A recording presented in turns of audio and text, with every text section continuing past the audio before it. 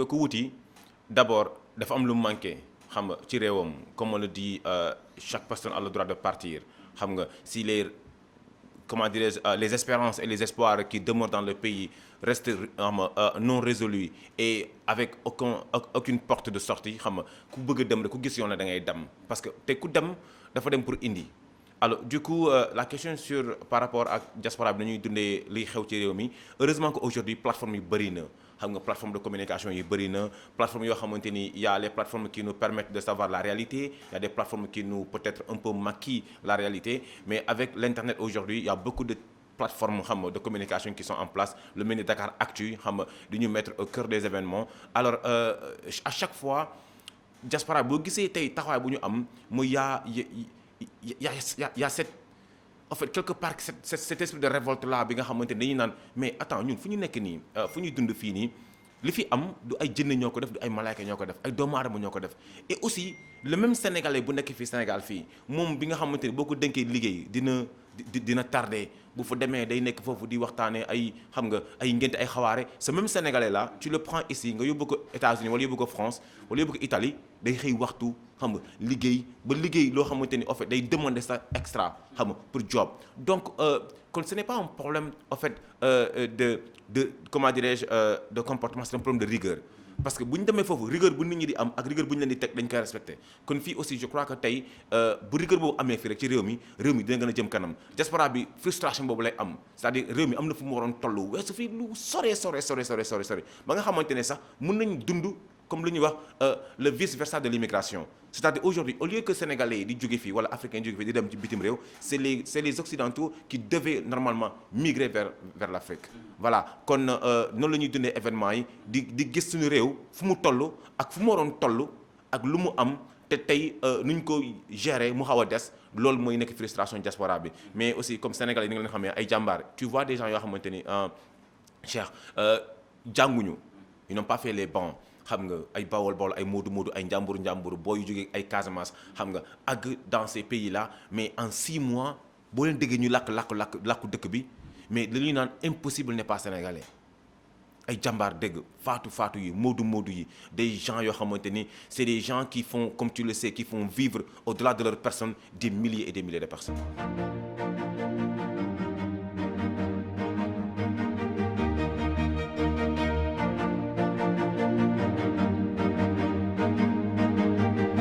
Ce qui impacte l'Afrique impacte la diaspora xam nga ce qui impacte l'Afrique impacte l'Occident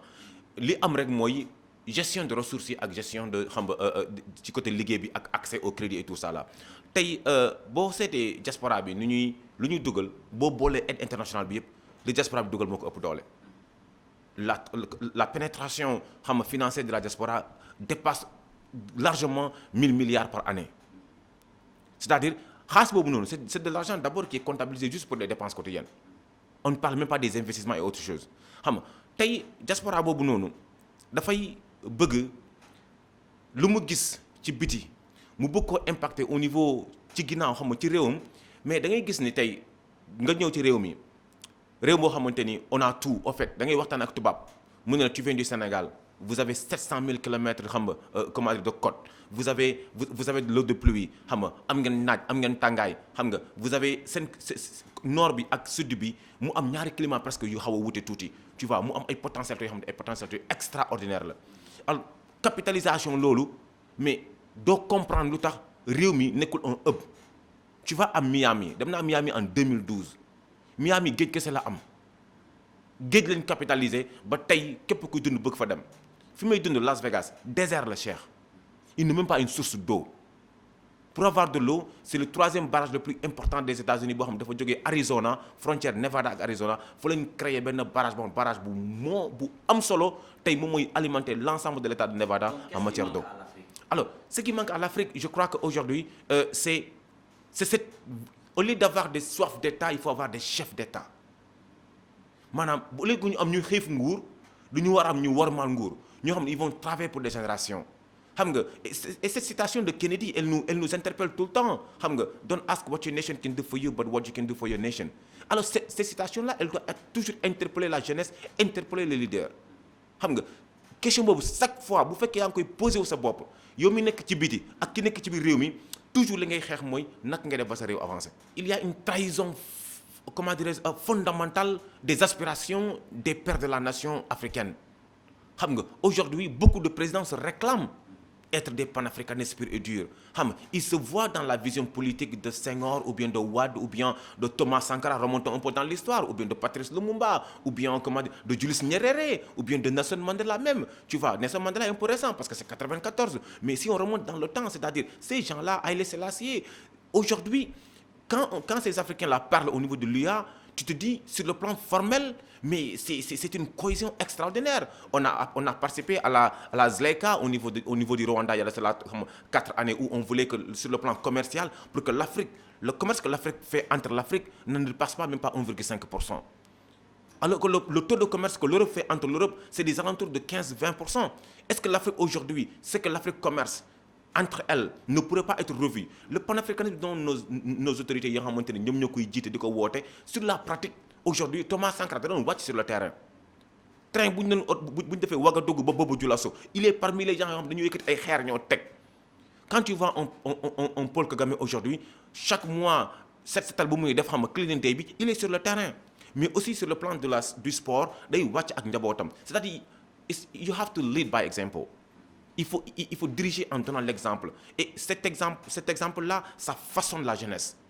Il faut que tey ñoom suñu père fondateurs yi lu ñu woote woon ñoom Mamadou Dia, tu vois ñoom Valdiodio xam nga les fondamentaux qu'ils ont mis dans ce pays-là sur la transparence. Mamadou Dia da doon jóg rek jékki-jékki taal otom daw dem ci benn service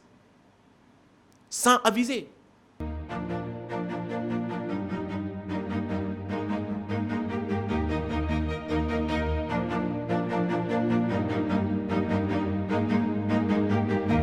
Nous saluons cette posture du président Macky Sall d'avoir eu l'audace, pour ne pas dire d'avoir eu le courage d'aller en Russie. Parce que tout compte fait, c'est le seul président en exercice, en tout cas actuellement, qui a pu aller rencontrer Vladimir Poutine. Bon, après Macron et autres, on a vu comment les rencontres se sont passées. Bon, et ma question fondamentale, c'est comment un continent de 1,4 milliard de personnes, ou bien on prononce juste l'Afrique subsaharienne, qui est aux alentours de presque 800 millions d'habitants, peut s'attendre de l'aide ou bien du blé d'un pays qui a 44 millions d'habitants, où les circonstances climatiques de l'Ukraine et de la Russie font que dans ces pays-là de l'Europe de l'Est, il neige et parfois la neige empêche à certaines zones d'être exploitées, mais malgré cela, ils ont pu s'adapter à leur climat pour produire, et non seulement produire, créer une autosuffisance alimentaire. Ils ne sont pas limités à créer une autosuffisance. Ils ont créé un surplus qu'ils vendent aujourd'hui au reste du monde. Imaginez-vous si l'Ukraine et la Russie avaient le climat de l'Afrique subsaharienne. Et j'ai aimé ce tweet de Paul Kagame qui se pose la question, qui se dit comment nous pouvons attendre quelque chose de 44 millions d'habitants alors que nous sommes 1 milliard. Est-ce que la question fondamentale n'était pas, sur le champ, que l'Afrique puisse se dire nous avons tout. Vous savez que le Soudan, aujourd'hui, sert de grenier à Dubaï. Vous savez que des pays comme le Qatar, aujourd'hui, cultivent leurs vivriers au niveau de l'Afrique. Dañu war a am rigueur ci ñu ñuy jiite. Ils ont les moyens, on les a donné les moyens. Macky Sall, aujourd'hui, la chance qu'il a en tant que chef de l'État et président de l'Union africaine, Sénégal du ko amaat fii ak juróomi fukki at. Dans 50 ans, le Sénégal aura la chance d'être encore président de l'Union africaine. C'est le moment ou jamais alors. C'est-à-dire, il est l'un des politiciens sénégalais que l'histoire a donné tellement de chance, mais qui n'a pas pu saisir ces moments-là et les transformer. Jusqu'au moment où nous parlons, quelle est la grande décision que Macky Sall a prise par rapport à l'Afrique, qui aujourd'hui est restée dans les annales? Quelle est la crise aujourd'hui que Macky Sall a résolue? Heureusement que nous avons nos chefs religieux. Et vraiment, félicitations à cette famille religieuse du Sénégal qui est, comment dirais-je, Cheikh Mahi Niass, Khalifa Niass, Khalif de Medina Baye, qui en son nom a honoré tous les Sénégalais, a honoré tous les tarikhas du Sénégal, le mouridisme, la tijania et tout le monde, mais aussi a honoré l'Afrique parce que c'est la diplomatie religieuse qui est aujourd'hui venue sauver, comment dirais-je, le Sénégal, au moment où le Sénégal est comme chef de l'Union africaine. Et c'est important. Et je crois que nous saluons en tout cas l'honneur et la courtoisie et la valeur qu'a donné le chef de l'État en le recevant. C'est important. Mais ça, quand même, ça devait être des résultats du chef de l'État. parce qu'aujourd'hui il a une chance que le Sénégal ne va pas avoir c'est-à-dire quoi qu'il advienne demain ak ku fi mën a nekk li Macky Sall am duñ ko fi amaat kon chance la yoo xamante ni moom saisir ko en tout cas il lui reste encore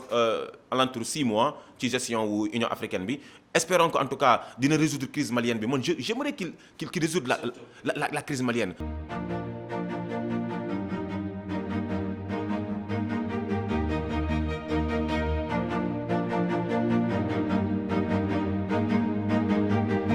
boo permettre diaspora bi ñu am benn kër